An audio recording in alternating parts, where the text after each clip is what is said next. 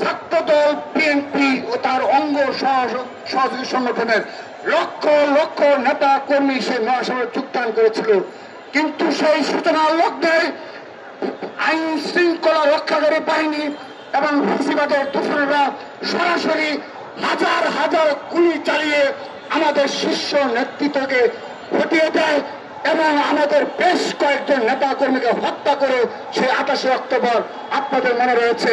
কিন্তু সেদিন এই জামাতে ইসলাম শাপলা চত্বর থেকে তারা আইন শৃঙ্খলা রক্ষাকারী বাহিনীর সহযোগিতায় নির্বিঘ্নে তারা তাদের বাড়ি করে পৌঁছেছিল। তাদের মিছিলে কোনো হামলা হয়নি, তাদের মিছিলে কোনো গুলি চালায় না, লাঠি পেটা পর্যন্ত করে না।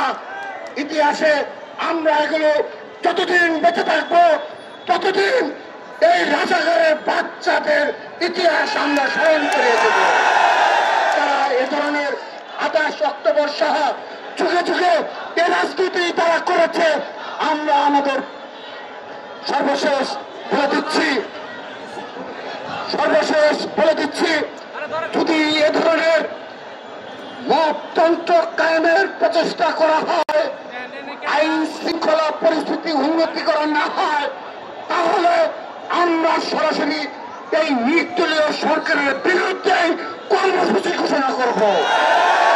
আমরা বিশ্বাস করি তাদের প্রত্যক্ষ এবং পরোক্ষ ইন্ধনে এই গুপ্ত রাজনীতি চলমান রয়েছে। প্রিয় উপস্থিতি, সর্বশেষ আমরা আমাদের সর্বোচ্চ অভিভাবক বিএনপির ভারপ্রাপ্ত চেয়ারম্যানের জন্য আমরা সবাই দুই হাত তুলে তার প্রতি সমর্থন জ্ঞাপন করে সবাই দুই হাত তুলে তারেক রহমান ঘুরে বসে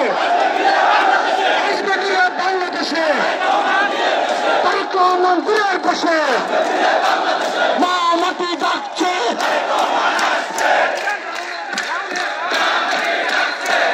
মাটি ডাকছে, তারেক রহমান আসছে।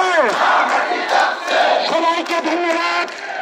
বাংলাদেশ জাতীয়তাবাদী ছাত্র দলের সাংগঠনিক অভিভাবক জনাব তারেক রহমানের নেতৃত্বে হাজার হাজার নেতা কর্মী আমরা এক এবং ঐক্যবদ্ধভাবে সকলের ষড়যন্ত্র মোকাবেলা করবো সেই প্রতিজ্ঞা ব্যক্ত করে আজকে সমাবেশে এখানে সমাপ্তি ঘোষণা করছে।